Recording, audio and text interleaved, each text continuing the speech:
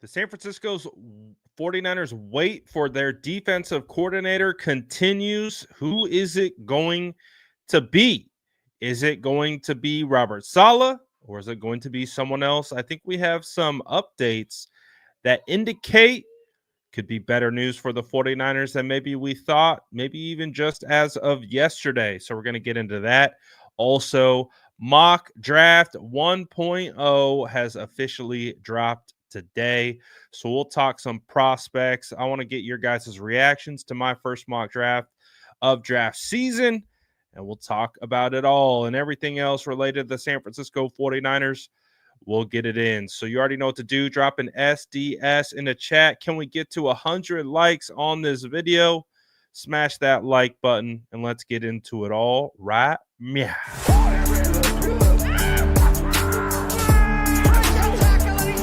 Smash that like button if you haven't already. Love to see it.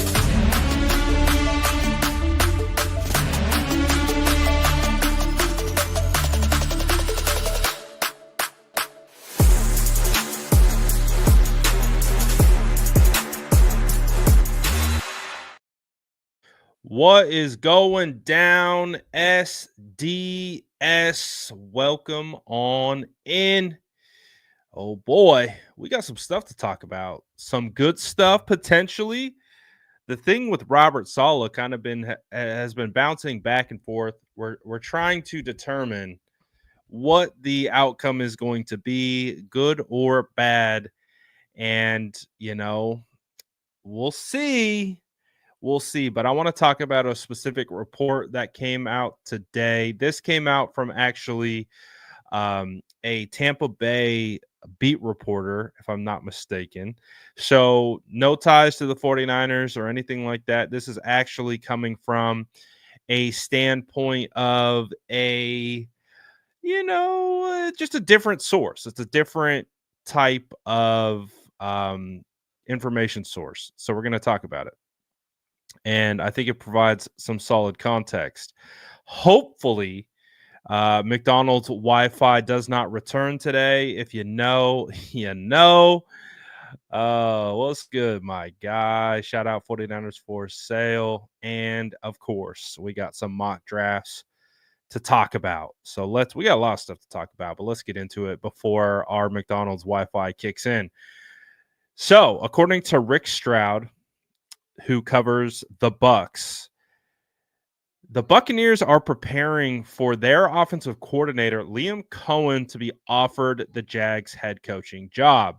Now, to me, this is a very sizable development because I think you, as myself as well, when we were hearing that the Jaguars were going to have a second interview with Robert Saleh, which will go down on Friday of this week, it kind of put us into that mode of, oh boy, we're going to lose out on Robert Saleh, aren't we? And I think what has 49er fans stressed out is they don't really see what the backup plan is. Like, what happens if Robert Saleh does get a head coaching job? Where do we go from here? And because as we have been alerted that we are aware of, the 49ers have only interviewed two other candidates, defensive backs coach for the Lions, and then Brandon Staley, who is already on the coaching staff. So 49er fans, I think, are a little anxious. They're like, what are we doing here? And it all kind of revolves around Robert Saleh and what the future for Robert Saleh looks like, whether he's getting a head coaching job or not. So we do know he interviewed for the Dallas Cowboys head coaching job and the Raiders head coaching job, but it does seem like those two teams are going in a different direction.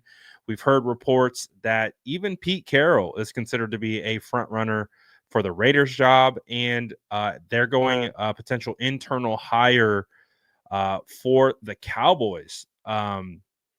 So that really leaves the Jaguars and Robert Saleh as really the last thing that seems like is stopping this reunion that all 49er fans want. 49er fans absolutely want Robert Saleh to be the defensive coordinator. And I do as well because, we look around the league, it's not a ton of options right now. So as I'm looking at it, and as this report's coming out, it does seem like this is trending towards the return of Robert Saleh. Now, don't want to get our hopes up too much just yet, but this is a good thing. And I think it is a positive sign for the 49ers. It was actually pretty funny. If you go over to the Jaguars Instagram page, they had posted that they were having second interviews with each of their three candidates, a post for Robert Saleh, a post for Liam, and a post for their other candidate. All the comments from Jaguars fans under the Robert Saleh post was negative. No Jaguars fans want Robert Saleh. So that is an interesting element to it. Not that, these front offices make decisions based on public perception, but I do think it kind of speaks to the temperature of the position and what they're looking for. And when you have Trevor Lawrence, you have Brian Thomas Jr., you have Travis Etienne, you have some young weapons and an offense that has young weapons that hasn't really been able to meet its full potential. Do you really want to go with a defensive head coach? Or do you want to go with a more offensive minded head coach? And because the big drawback of hiring a defensive minded head coach is you have the potential to be constantly rotating through OCs if they're any good. If you have a good OC, someone's going to come and poach them eventually, which means you're going to have to replace them. And that's not a guarantee that you're going to be able to replicate the same scheme and same situation. So I think we've seen the league, who has an emphasis on building up their offensive side of the football, really want offensive coaches because they're going to, the structure of that offense is going to maintain as long as that head coach is around. So I think that's why they are leaning towards Liam Cohen. Of course, he is the Tampa Bay Bucks offensive coordinator, and they've been able to see right in their backyard what he's been able to do with Baker Mayfield and that offense and kind of getting them back to fruition. And I think when you look at what the Jags have to offer, they really want to get Trevor Lawrence up to speed as well. So this actually might be good news for the 49ers. It might be good news. So we'll see.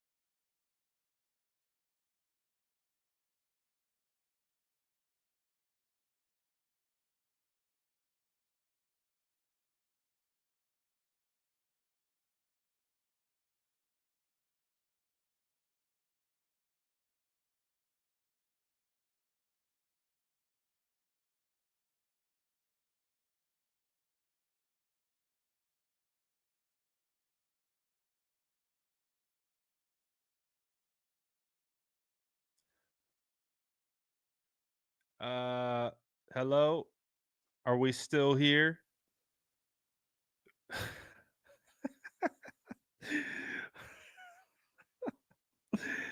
Dude, what?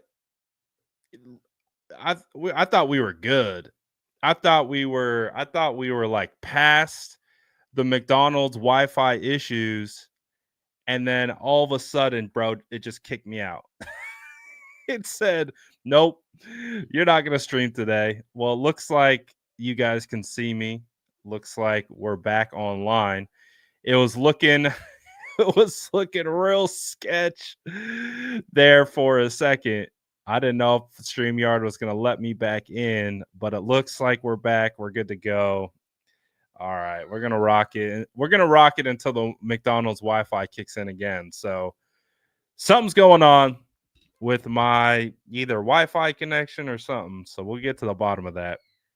But until we get kicked out again, um, the overarching theme is it does sound like we have some positive momentum building with Robert Saleh. We'll see. We'll see, because that pesky Trent Baalke, he likes to make life difficult for the 49ers. So we'll see what comes of that. But hopefully, hopefully I don't get kicked back out again.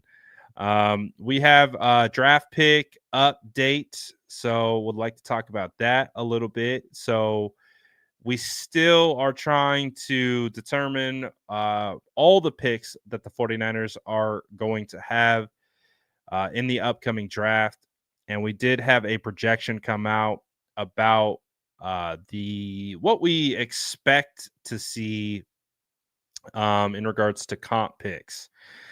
So one of the cool things and why I loved the Chase Young trade in real time was was because we knew he was going to be a rental and probably wasn't going to be re-signed.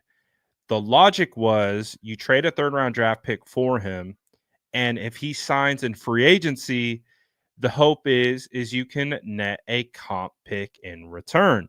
So that's what the 49ers did. And it actually worked out pretty well for them. So they traded a third round pick for Chase Young. They're going to be projected to be getting a fourth round compensatory pick in return. Also, in regards to Sam Darnold, who they signed as a backup because he went and played as much as he did with the Vikings, that is also going to likely net the 49ers a fourth round draft pick in return. So that is also another positive element of the comp pick formula. And if you even look right down here, you can see Ray McLeod for what he was able to do with the Falcons might net the 49ers a comp pick back in return. And the 49ers should be also getting an additional comp pick for a player executive who was hired away. So that's 4 comp picks to go with the 49ers, 6 original draft picks. So we are projected to have 10 heading into draft season. So that is exciting if you ask me. And the 49ers, when it comes to their draft strategy and roster construction, one of the things that they've been able to do really, really well is manipulate the comp pick formula and to be able to get a lot of comp picks in return. And yay, not bad. Not bad. I'll take it. I'll take it for sure. We had some cool news for Dominic Puni. Puni was awarded he was named to the all rookie team according to the Pro Football Writers Association of America, I believe. So that's cool for Dominic Puni and just kind of solidifies how good of a draft pick he was and how well he's played. Um, to my sourdough squad producers in the chat, let me know if my screen's acting up. It's flashing on me. So I'm waiting for the McDonald's Wi-Fi to kick us out again. So just be prepared. But for Dominic Puni, to be able to be on the all rookie team, that's fantastic. He's played amazing.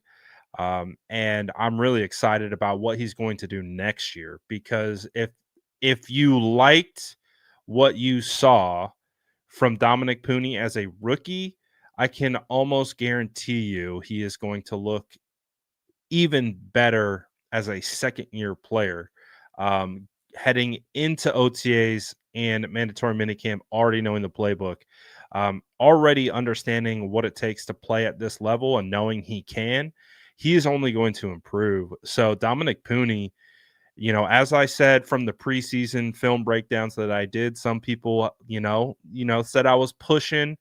I was a little too hyped up on him from preseason stuff, but I said that he has all the makings of being an all-pro player. And I think after next season, we will be talking about Dominic Puni as being a potential Pro Bowl all-pro player, with the notion that you're going to project out that he's going to get better and he's going to improve. So I'm really, really excited about that particular development. So that is nice. The 49ers could be playing in London.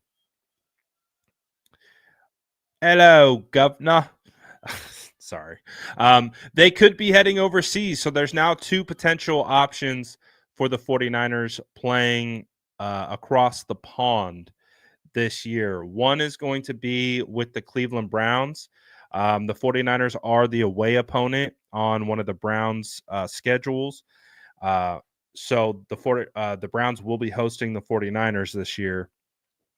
And so with the Browns having a home game in London, that makes it a potential outcome that the 49ers are the team that the Browns will be playing overseas.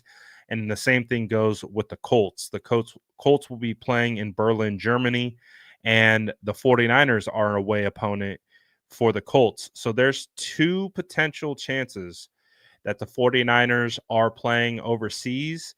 And I'm going to be honest with you. I feel like it's going to be London, because we have seen, and it could be coincidence, but I doubt it. The 49ers have a strong activation presence in London, in England.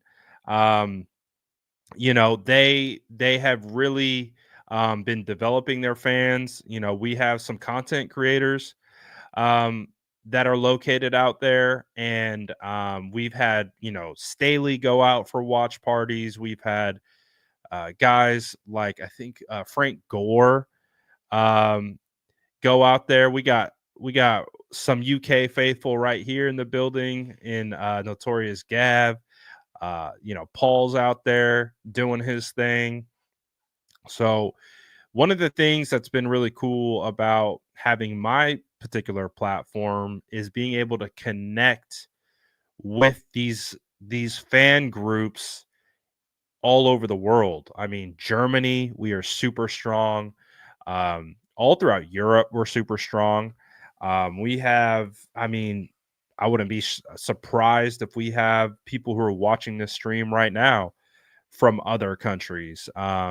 It's just we got pocket of 49er fans all over the world. 49ers are one of the biggest global sports brands. And so it makes sense to me from a business perspective of the NFL for the 49ers to play overseas, because they just have such a strong brand. So absolutely, I could see the 49ers playing overseas. And I'm gonna be honest, selfishly, I'm okay with it, because that's my excuse to go travel. So not that I need any more traveling to do, but I would absolutely consider going. Because when I look back at the Mexico City game, that game just looks so electric. I was like, man, I wish I went to that. So the next time we have an overseas game, yeah, I'm gonna be there for sure. Oh, absolutely. We're gonna have to do a across the pond meetup. Absolutely. Definitely got to get my passports ready. That's one thing I am behind on and need to get that together. So we'll see what comes of that, but that could be something that the 49ers will be getting into here in a little bit. We did have a roster move today. I guess let's talk about the roster move. Old friend alert. Oh, dude, SF Diners in the UK is going to go crazy, because I'm going to have to try everything. And we're absolutely going to have to do that. I'm thinking we're going to have some SF Diners videos coming up too, because I'm going to be traveling here in quite a bit, and I'll tell you guys what I'm up to. I'm going to be on the road here for a couple weeks. So we might have an influx of SF Diners videos coming in, but I'm not going to tell you exactly what I'm cooking up just yet. But we got some plans uh, that we're going to be getting to. Um, so let's talk about these moves. Ronnie Bell, old friend alert. He is uh, not resigning with the 49ers. As we know, the 49ers had made a bunch of signings after the season had ended, and they had done some things in regards to filling up their 90-man roster. They did one of those moves today. They signed Isaiah Hodgins, wide receiver from the Giants, local kid to California. Um, I love that move. I love that signing because he actually strikes me as someone who can make an impact next year. Not just like one of those like, oh, I kind of like this guy. Maybe he'll make the roster. No, I think Isaiah Hodgins will have a real strong chance at being able to crack that roster. Like he's pretty dynamic player, and he is in the kind of he's kind of like a little bit more agile Jawan Jennings, if you ask me, from a physical measurement standpoint. So I like that move. And so they opted to go Isaiah Hodgins over bringing back Ronnie Bell. And man, Ronnie Bell's fall from grace was unfortunate because I covered this last year's training camp. He had a strong training camp, but his demise was when the lights were on.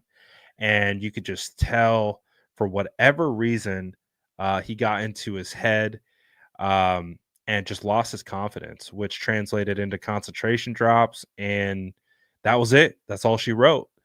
And I thought Ronnie Bell actually had some potential to do some stuff this year. But after his kind of abysmal preseason performance, and then that just rolled into the season, and then it just was like, oh yeah, this is brutal. Brutal with how it went with Ronnie Bell. And so he finds himself signing with the Lions. So he signed a future reserve contract with a conference rival, I guess you could say. I guess the Lions have earned enough respect to be able to be put into that category as a team that we want to beat, and they want to beat us. So I've never looked at the Detroit Lions as a team of like, oh, those Detroit Lions. But now with them being pretty solid, I think they're up there for sure. For sure, for sure, for sure, for sure. But the 49ers did also make a roster move. They signed safety Quindell Johnson to a reserve future contract. He actually played in 9 games this past year. And, he actually did decently well, all things considered. Um, he signed as an undrafted free agent with the Rams, and then he also latched on with the Chicago Bears, and then went back to the Rams, where he had an interception, he had a pass deflection, and 2 tackles. So we'll see. We'll see. 6'2", 208 pounds. I'm not really familiar with his game, so we'll have to wait and see what that's looking like moving forward. But some roster moves, some light work, not too bad. But I think that transitions us right into mock draft season, ladies and gentlemen. If you've been a part of the channel here, you know that we love draft season here.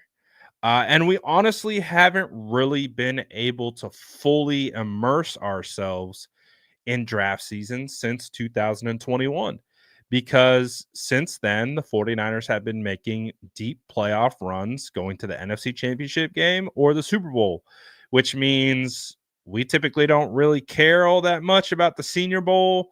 We don't really care all that much until the playoffs are over. Then we shift gears to draft season.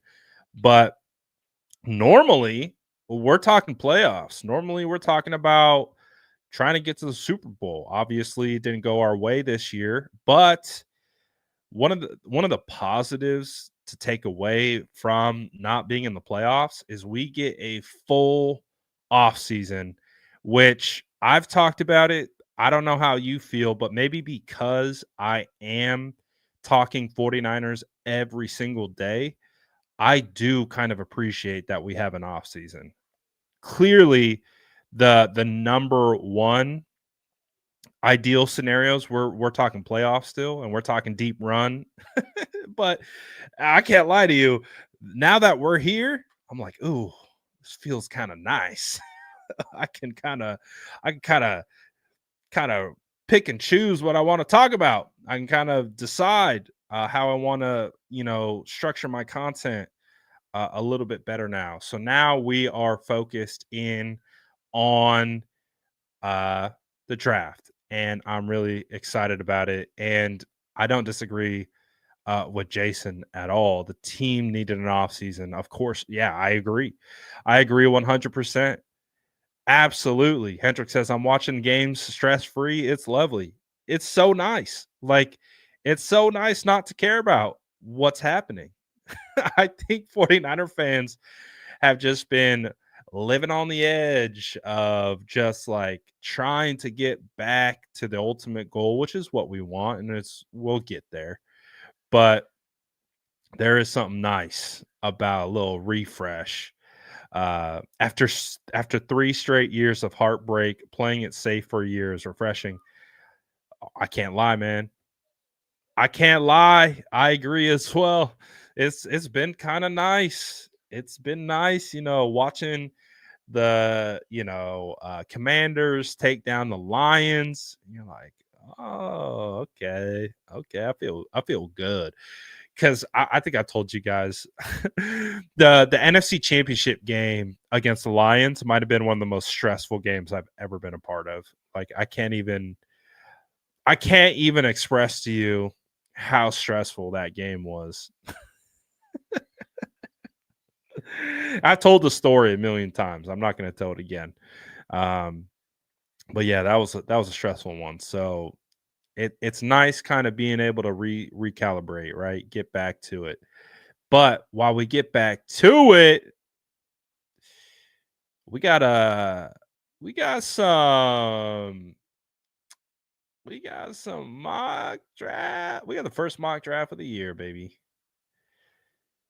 I love it. I'm gonna pull it up. I'm sure you've seen it already, but we're gonna talk about it. We'll react to it, and then eventually we're gonna start doing live mock drafts. I know Hendrix has been waiting for those live mocks, so we're gonna be getting the live mock drafts here pretty soon. But it's time.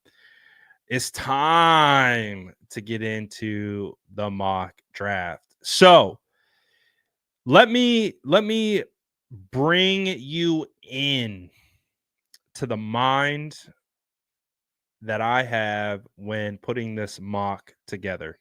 So this is a PFF mock draft simulation. So I'm just following their board. Now, I don't agree with the placement of these players. I think, and I even talked about it. I even called this the riser mock draft because I think every single player that I picked is going to go higher than where I selected them. So part of this thought process is just identifying prospects that we like and then kind of slotting them in to a framework of how we think the roster construction needs to go from a position standpoint. So this isn't I guarantee you our mock draft is going to look insanely different at the end of the year than it does right now. So just keep that in mind. And you'll notice that most of these picks, we're going to be talking about them being big time risers. And that's starting with the top pick that I got. And you guys know I think Will Campbell is the number one offensive lineman in this class so far. I don't even know if he makes it to 11, to be perfectly honest with you. And if I'm also being honest again, I don't know if the 49ers take him at 11. But I do know, and I've heard from the fan base wants offensive line help.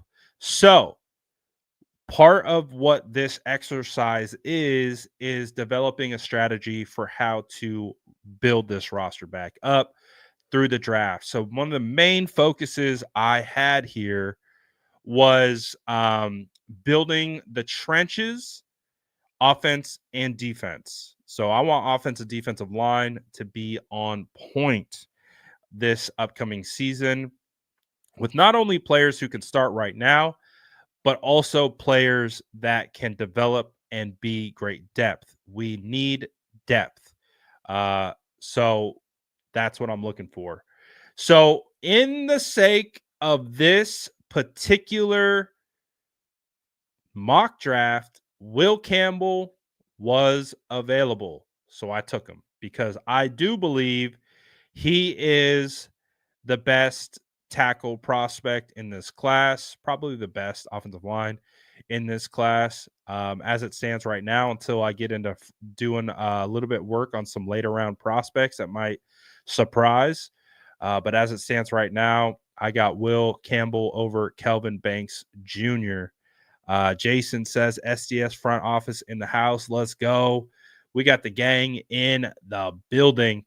But as you guys seen it from my thoughts on Campbell, he just strikes me as a guy who's got the nastiness you want up front. He has the power to go along with it. He has good feet and pass protection. He's got good hips, good size. You know, he might be a little high at times in his hands. He might miss on where he strikes.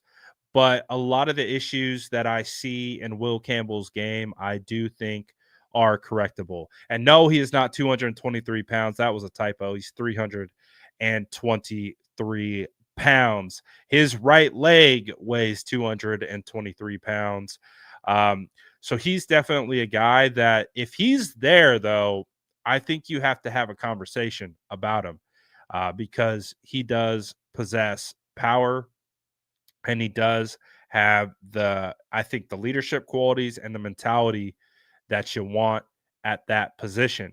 So heading on to the second round draft pick, I have actually seen a couple guys mention this that I wasn't aware of. So this will be another element that I will have to look at. Princely, I'm just going to call him Princely because I can't even pronounce his last name unless someone is kind enough to spell it phonetically for me. Um, just yeah, I can't pronounce his last name. So with him, I have seen multiple people raise character concerns. So I don't know about him like that. So I'm still doing my work into the film. So right now I'm solely judging these prospects off of their tape. And so what I've heard is he's got character concerns. Now I don't know what that is. I've just heard people say, I think even someone said in the chat. Let me see if I can find it. Uh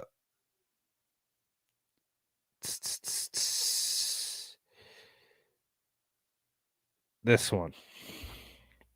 He's a second rounder for me because his character is bad. So that's interesting. Like I said, I haven't heard that. So that definitely is a factor. 100%. If you guys know me and have followed my process, I've gone to the scouting combine, and I've reverse scouted where I've used the character to then kind of clue me in to who the guy is and then watch him through the workout and then go do the film study. So my first reverse uh, scouting I've done on a player was Demario Douglas, the wide receiver for the Patriots. When I was talking to him at the combine, he was one of my favorite interviews, and I could just feel the the person. You know what I mean? Like who he was, what he stood for. He loved ball to the fullest extent. And so I loved the interview of Demario. And so I was like, I had no idea who he was. Some wide receiver out of Liberty, some really small, short, not prototypical size. I was like, but I love the character. And so I paid attention to him through the workouts, and then I went and did the film study later on, and I loved him. I loved him. And he has turned out, he was a sixth round draft pick, but he has been the Patriots, one of their top weapons since being a rookie. So character, the point of the story is character is huge. You have to have good football character, and the 49ers have proven why. So if he does have bad football character, I don't expect him to be a Niner. But the tape is nice. The tape is nice. What he provides from a physical standpoint in regards to power, speed, technique, all of it, he's really nice. But I appreciate you guys bringing the character concerns to my attention, because we don't want character concern guys. So maybe this guy could be the pick in the second round, right here. Now, I think Derek Harmon, out of defensive tackle out of Oregon, going in the third round is not going to happen. As you can see, I wrote that in my write up. I said I'd be shocked to see Harmon here, but he was. And again, part of what I'm doing is just identifying prospects right now and kind of slotting it into how we can build a roster through certain positions. And so for me, building the trenches is imperative. And if it worked out this way with the first three picks, where you get an offensive lineman, an edge, and an interior defensive tackle, I'm feeling pretty good about that. I'm feeling pretty good about that setup. We can talk about what those players who they actually are. But if we're talking about a DT, a D end, and an offensive lineman, in the first three rounds, I feel like we're walking away pretty happy about that, at least for me and my perspective. I want a huge emphasis on D end and D tackle. I feel like they have to come away with those two positions within the first three rounds. And so this is how this all worked out based on this particular mock. So my grade on Derek Harmon right now is early to mid second, with fringe potential to be a first round draft pick, depending on his Senior Bowl combine uh, performances. So I don't think he's going to be a third round draft pick, but he was there, 6'5", 310. I took him. He's dynamic against the rush, uh, against the run. He can take on double teams, which is what we need, and he can also be a force rushing the passer. That's effectively what I'm looking for from an interior defensive tackle in this class. I need a guy who can get after it in the trenches. We need a stud three tech position. If we don't have that, our defense doesn't work. We need a stud three tech. It just has to happen. Yes, having Nick Bosa on the outside is great. Yes, having Leonard Floyd on the outside is great. And Yetur Gross-Matos, who I think will be able to fill that Charles Omenihu role with more time. We need a stud three tech. It has to happen. It has to happen. It has to happen. But I would also like an edge too. The edge to me, I think, is I could consider edge as more luxury Whereas I consider interior defensive tackle a arguably the number one need this offseason, whether it's free agency, whether it's draft. I prefer the draft because I want to go cost controlled and I want to get younger there. So you can make the argument that interior defensive tackle is the number one need for the 49ers this year. So that's where I'm looking. So if Harmon is available at the top of the second, that might make more sense.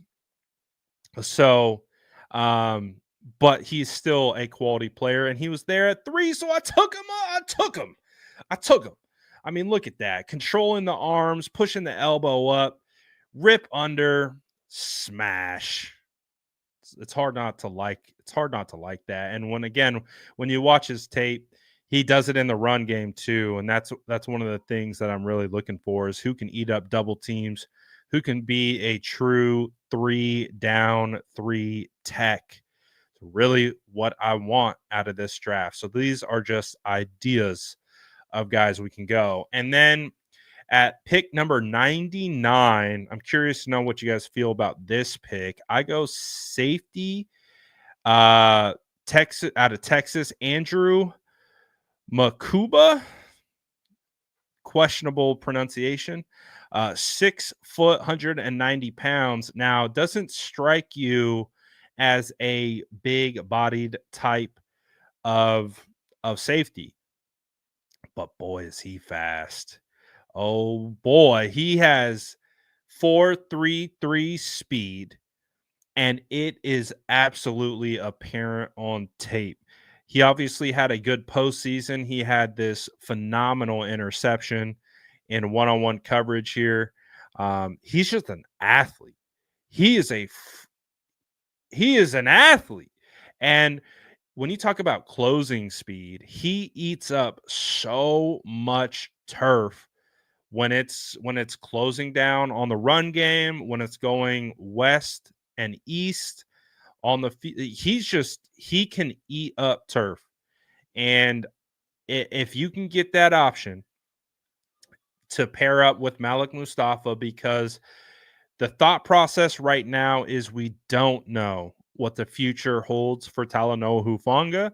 Will he return? And one of the things with Andrew is I think he can play nickel if we needed to. He could probably play cornerback if we needed to. He's a versatile piece.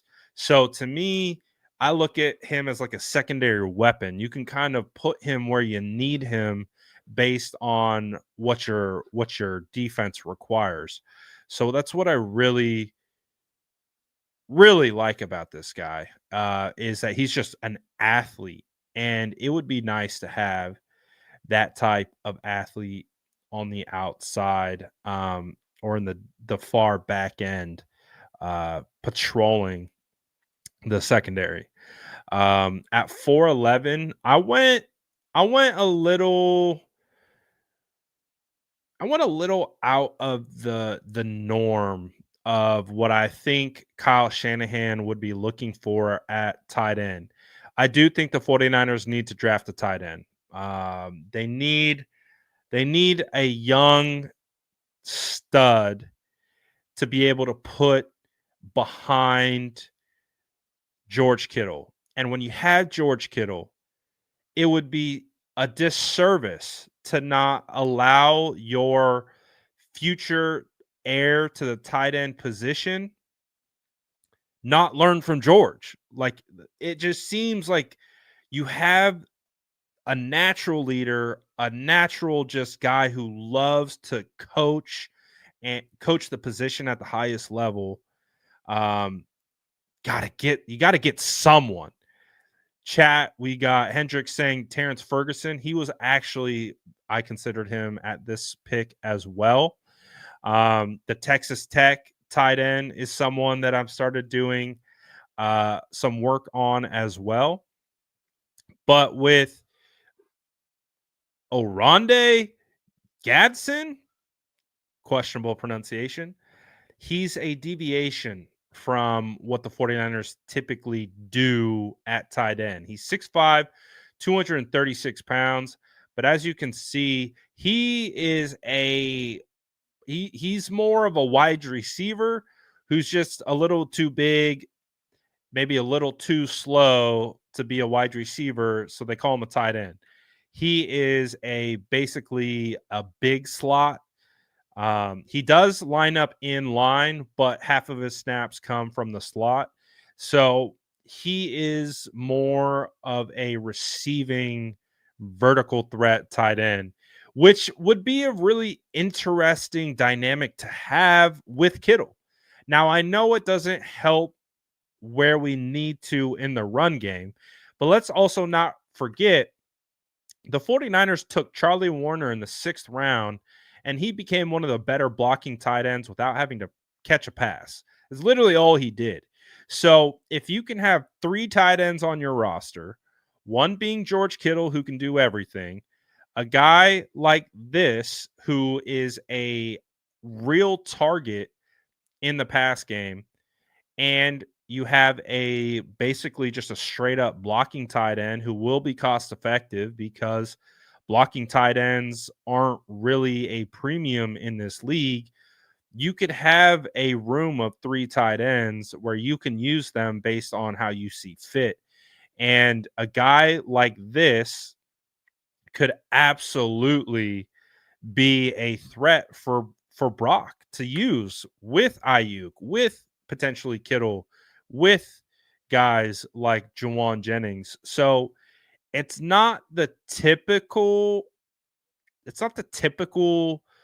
tight end archetype that I would consider for um, Kyle Shanahan, but I think it would be kind of fun, man.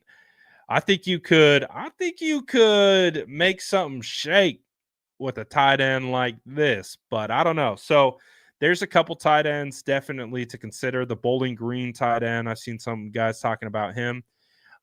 He was also in consideration, but I think I would have had to take him in the 3rd, and I was more concerned with building up the trenches than going for tight end. But yeah, Harold Fannin, the uh, Bowling Green tight end, bro, that guy's pretty damn good.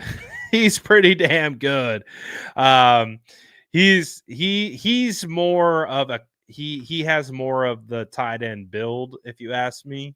But the production of that he put up is just insane. I think he had like 1,500 receiving yards at Bowling Green, something crazy, something crazy.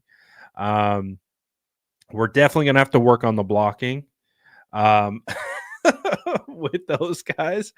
Um, but a little Njoku. I like that. I think Harold Fanning kind of has a little Njoku in him. I think that's a good call. Um, but I do think tight end absolutely has to be. We got to come home with the tight end, whether it's a receiving tight end, whether it's a dual threat tight end who can block and catch. We need to come home with the tight end. We have to. We just have to. Um, so in the 4th round, I go back to back cornerbacks here. So I'm operating under the thought process that the 49ers are moving forward with Renardo Green and Diamador Lenore as their 2 starting cornerbacks. I'm under the impression that Charvarius Ward will not be returning. So, because of that, and with the current cornerback depth, they have really been trying to find a solid 3rd cornerback. They did with Renardo, but Renardo is going to actually bump up to being the 2nd cornerback, so they're actually still hunting for that 3rd cornerback. Um, I I don't I haven't seen enough from Darrell Luter Jr. to make me believe that he is a guy that the 49ers can rely on. I don't think Isaac Yiadom returns. Um, I just don't think they have a guy right now on the roster that they can rely on as a third cornerback. So that's why I have them. And I think there are some strong cornerbacks in this class that might be slept on. The Virginia Tech cornerback, Dorian Strong, 6'1, 185 pounds, great length, moves exceptionally well and really good in press man coverage. And he has fantastic ball skills and ability to cover. He's a guy that I would love to see. I'm going to have my eye all over him. Something about Virginia Tech players over the last couple of years have just popped for me. And he strikes me as, at least from what I've seen on film of him, as a type of fit for the 49ers. Again, just a grittiness to him, an aggressiveness, a great athlete, good length, good speed, ball skills, just kind of everything that we're looking for. He's a captain for Virginia Tech. I like him.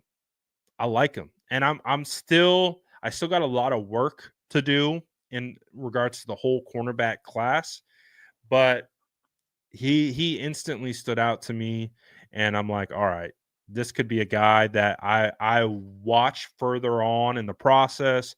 I'm going to pay attention to him at the Senior Bowl, and we're going to see what we get out of him as well. But right out the gate, I was like, all right, I like what I'm seeing here. And like I said, I went back to back. Now this was a personal pick for me.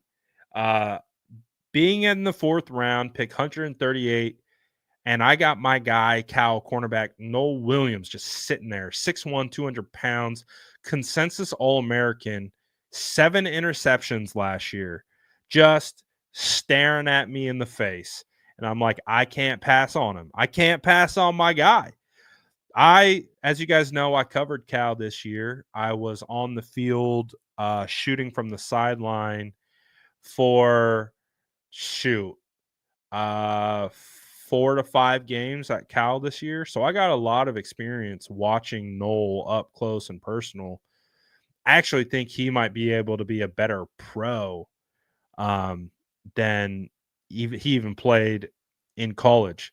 Shout out to you guys. Shout out to the SDS. Sounds like we hit our 100 like goal. Appreciate y'all. Let's go. Smash that like button if you haven't already. But shout out to the SDS.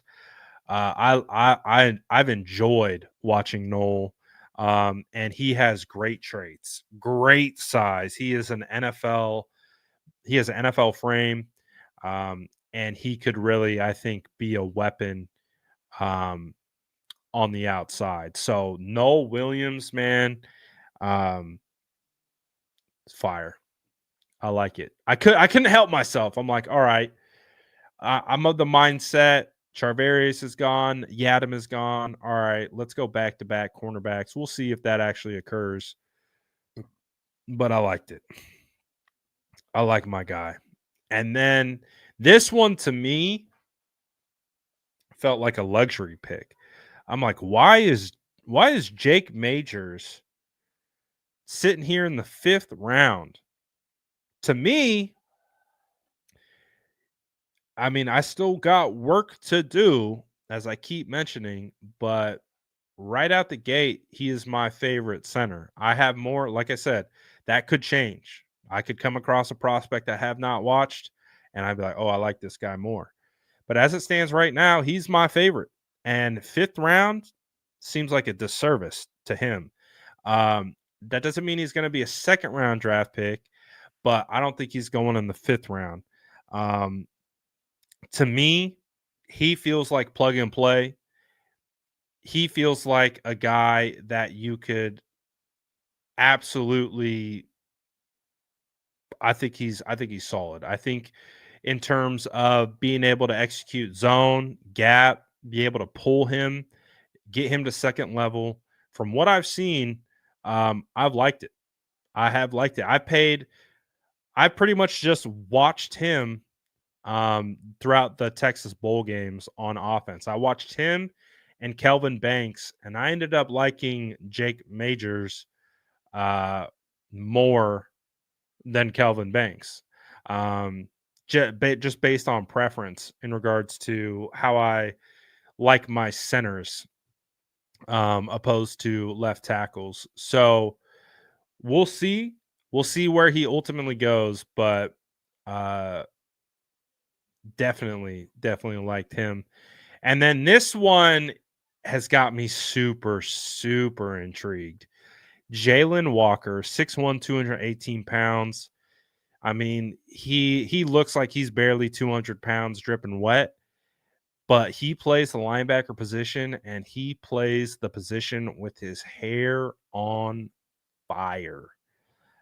I am so intrigued by this guy and his speed and how, like, again, we talk about like Malik Mustafa and his size, but he's just going to punch you in the face. That's what this guy's like. He might be 6 foot.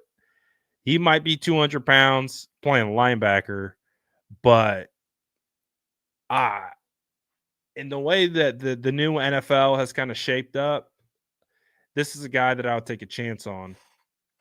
And especially super late in the draft, just to see what you can get out of him. He currently plays for Indiana, um, or did play for Indiana. This highlight is obviously of when he was at James Madison, but I don't know. I came across him and like instantly I was like, I am intrigued. I'm intrigued by this guy, because we know that the 49ers love converted safety to linebackers. Dre Greenlaw was a converted safety to linebacker. Azeez Al-Shaair was a converted safety to linebacker. Demetrius Flanagan-Fowles converted safety to linebacker. Fred Warner, essentially a converted safety to linebacker. So he gives me those vibes. He gives me like he could probably play safety, but they prefer him in the box. He's also played a lot of nickel, and he's also rushed off the edge, just like Fred Warner. So that's what I like about him. He has versatility, he has speed. The size doesn't scare me away. He's still a thumper. So this is a guy that I got my eye on, for sure. And this is another guy that I got my eye on. Defensive tackle Jordan Phillips, 6'3", 320 pounds. He was here in the 7th. He doesn't look like a 7th round draft pick to me. He looks like he's 6'3", 320, but he looks like he moves like he's 6 foot 300. Like he just moves extremely well. And again, another thing that I like about him is he holds up well against double teams. He holds up well in the run game. And that's what the 49ers need to be able to keep their linebackers free. And on top of that, he can rush the passer. So I don't know why he's a 7th round draft pick according to PFF. He seems more like a 4th round range, 4th, 5th round range kind of a guy. So again, it all comes back to why I called this mock draft the riser draft, because I don't think any of these guys that I drafted are going to be there. Um, Campbell probably won't be there. Princely, he's being discussed as a 1st round draft pick, but apparently has what is it? Character concerns. So who knows? But they're talking about him as a top 20 talent. Derek Harmon, he's potential, fringe 1st round draft pick. He has that potential at least. Andrew, it's going to be interesting to see where his stock falls throughout the process.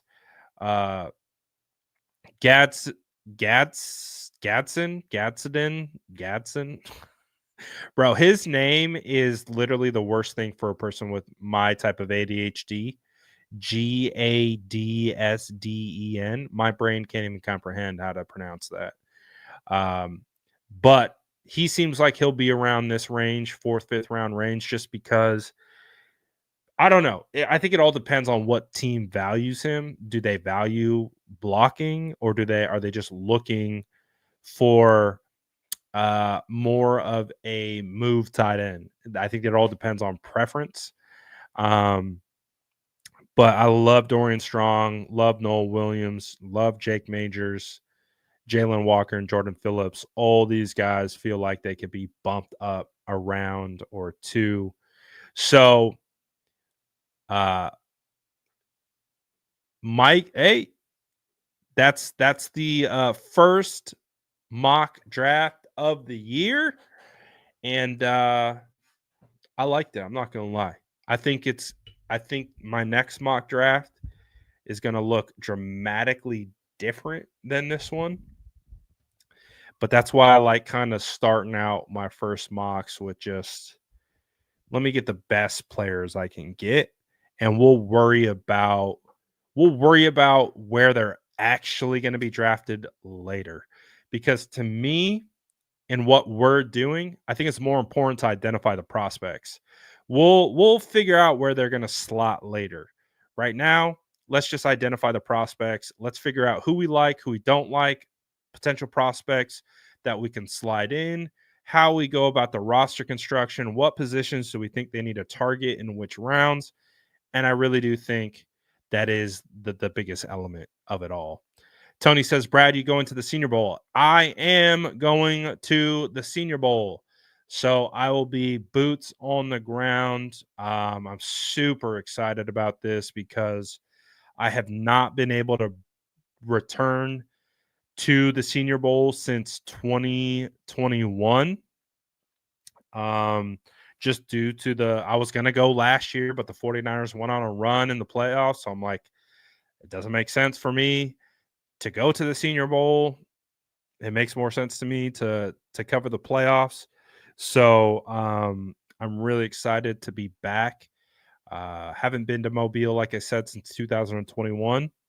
And that was such a great experience for me because it totally helped me with the draft process. When I talk about being able to watch these guys practice, that was the quarterback class of Kellen Mond.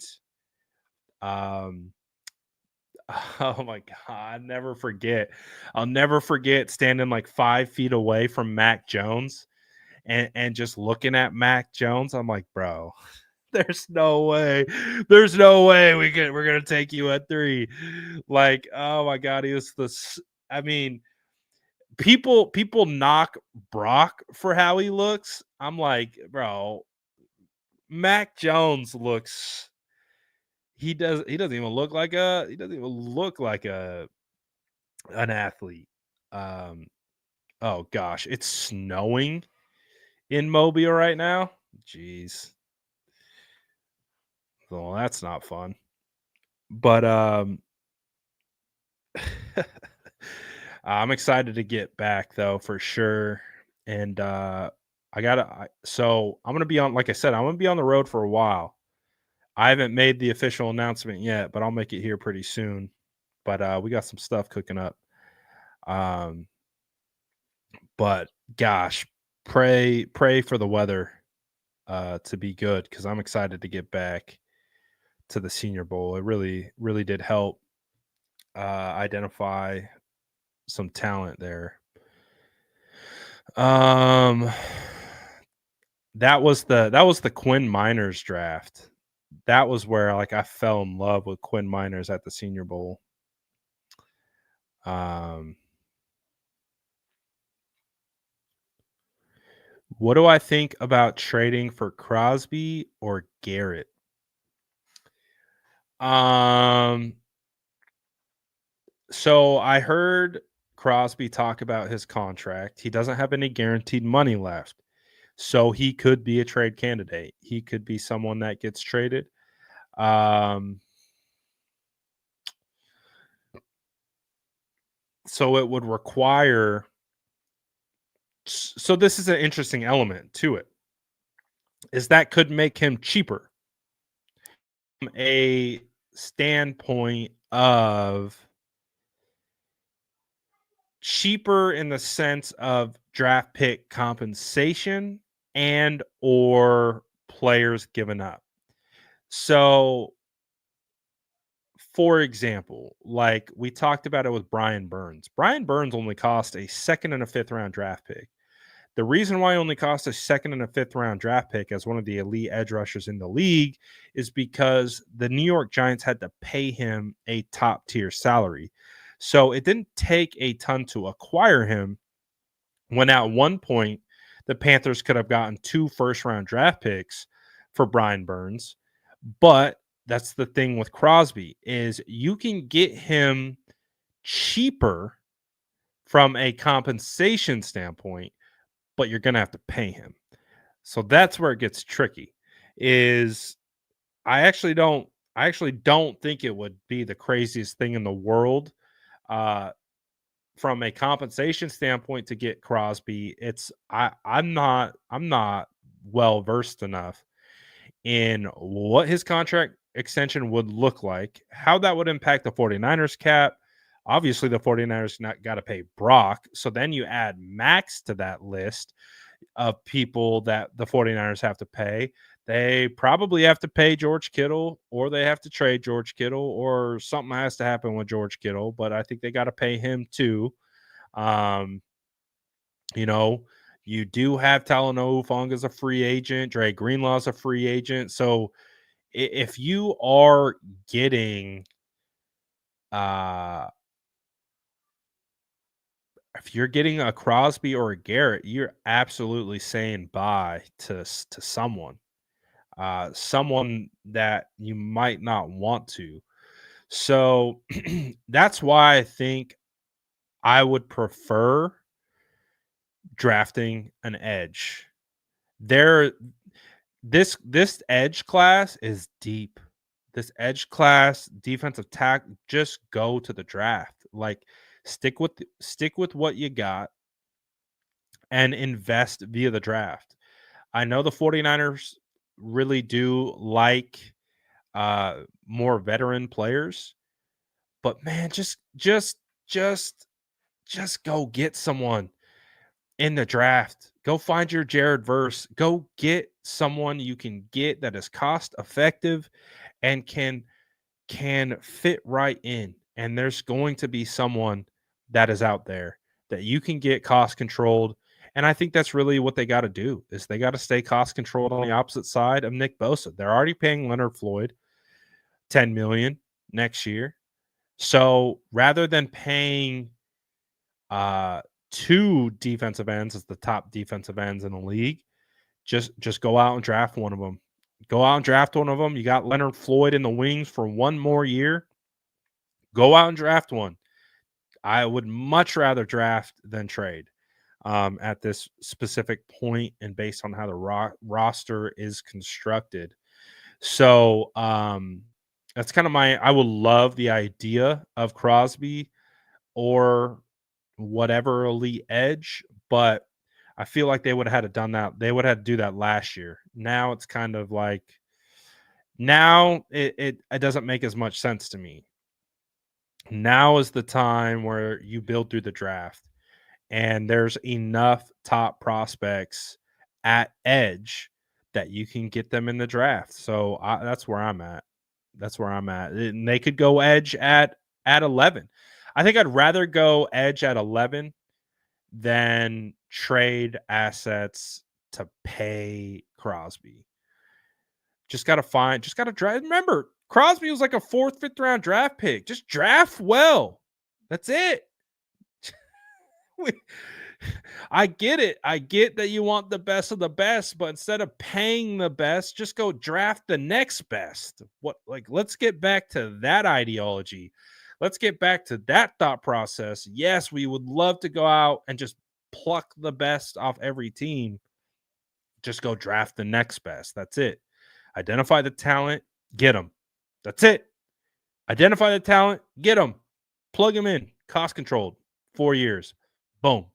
Bing, bang, boom.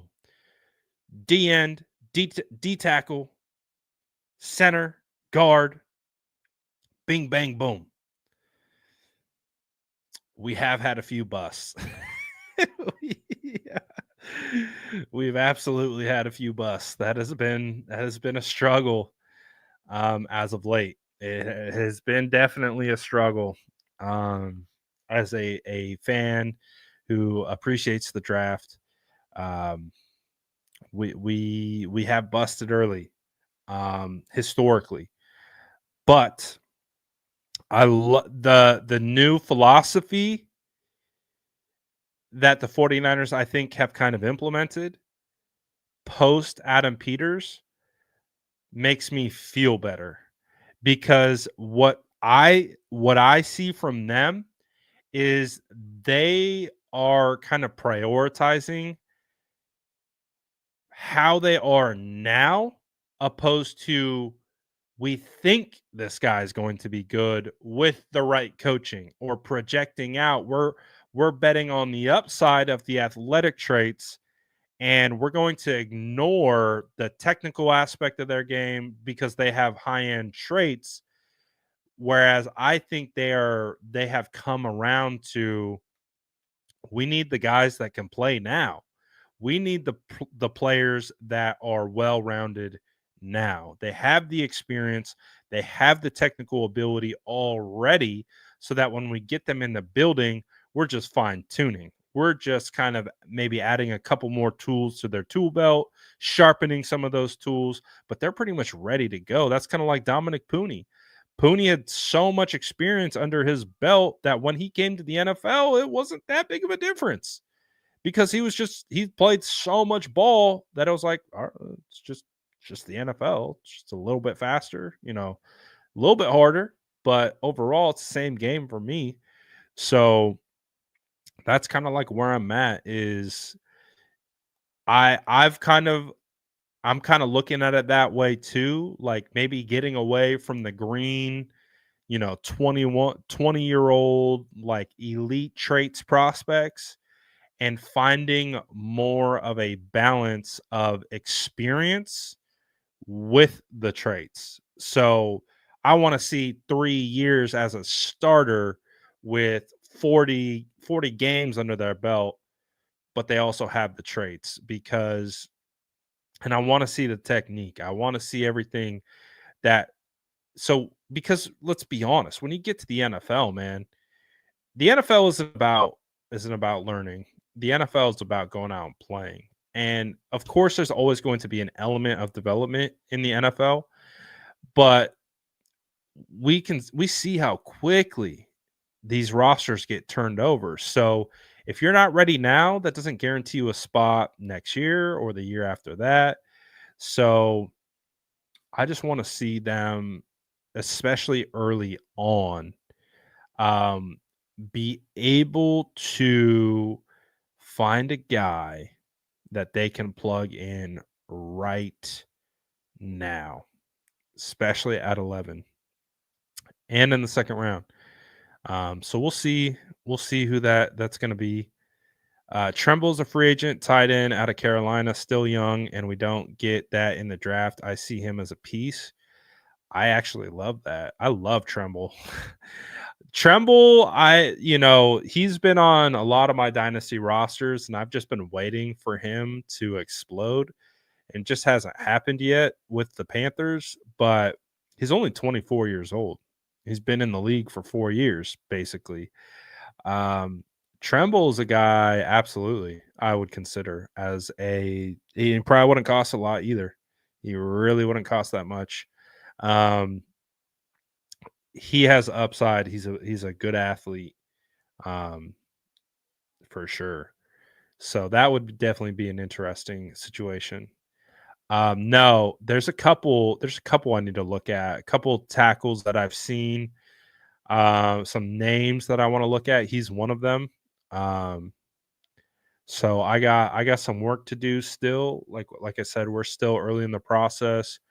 I'm gonna try to crunch before the Senior Bowl, and then the Senior Bowl will tell me a lot. And then we'll have a nice Rolodex of players to work through. But I'm excited. I'm excited for the off season, excited to figure out who the 49ers DC is going to be. Draft season is here.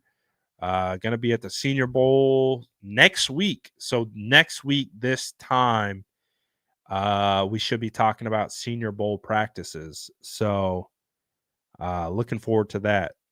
So I'll be in Mobile for that.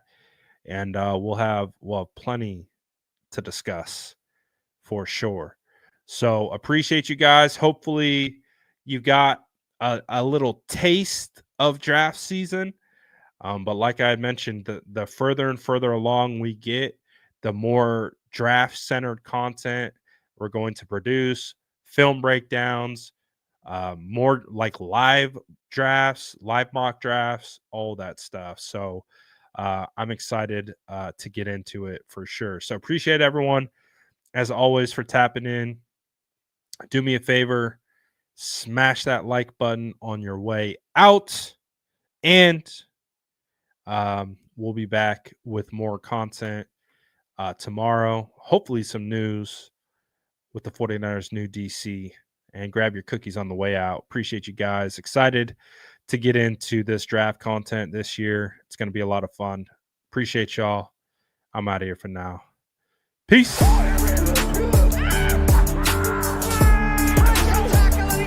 Smash that like button if you haven't already. Love to see you.